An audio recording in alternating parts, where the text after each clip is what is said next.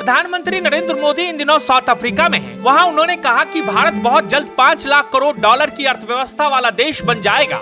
नोएडा, गुरुग्राम, बेंगलुरु की चमचमाती चकाचौंध को देखकर आपको भी ये भ्रम है तो चलिए आपके भ्रम को तोड़ डालते हैं।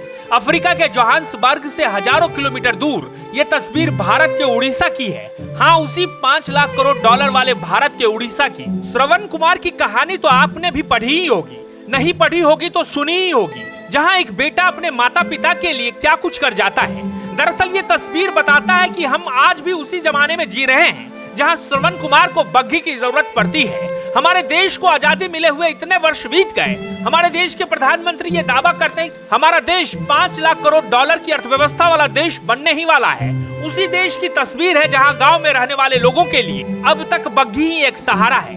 ये कहानी बग्घी की नहीं है, दरअसल ये कहानी मानवता की भी है। उस कहानी को भी बताएंगे, लेकिन सवाल तो ये उठता है कि आखिर आजादी के इतने दिनों बाद भी गांव या सुदूरवर्ती इलाकों में रहने वाले लोगों के लिए इस तरह की सुविधाएं क्यों हासिल है? क्यों नहीं उनको वो सुविधाएं मिलती है जो गुरुग्राम में रहने वाले लोगों को मिल जाता है, जो बेंगलुरु में रहने वाले लोगों को मिल जाता है, या जो नोएडा में रहते हैं उनको मिल जाता है? ये सवाल इसलिए भी लाजमी है क्योंकि वो भी वोट डालते हैं, ये लोग भी वोट डालते हैं। उस वोट के बदले भी सरकार चुनी जाती है, इस वोट के बदले भी सरकार चुनी जाती है, तो फिर फर्क क्यों?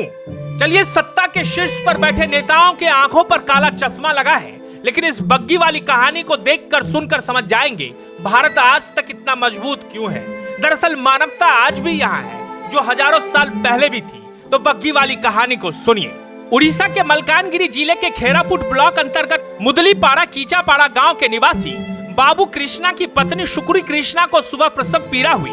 शुक्री को अस्पताल ले जाने के लिए परिवार के सदस्यों ने तुरंत 108 नंबर डायल किया। इसके तुरंत बाद एम्बुलेंस इलाके में पहुंची, लेकिन वाहन चलने योग्य सड़क न होने के कारण वो महिला के घर तक नहीं पहुंच सकी, जिस कारण शुक्री के घर से 8 किलोमीटर दूर एक जगह पर एम्बुलेंस को रोका गया। अब सवाल ये था कि एम्बुलेंस 8 किलोमीटर दूर है और शुक्री को कैसे उस एम्बुलेंस तक पहुँचाया जाए।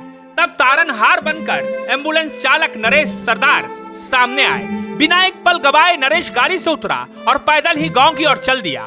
उन्होंने परिवार के अन्य सदस्यों की मदद से एक बहंगी तैयार की और शुक्री को उसमें बिठाकर 8 किलोमीटर दूर खड़े एम्बुलेंस तक ले गए। फिर उन्होंने एम्बुलेंस चलाकर गर्भवती महिला को खेरापुट के सामुदायिक स्वास्थ्य केंद्र पहुंचाया।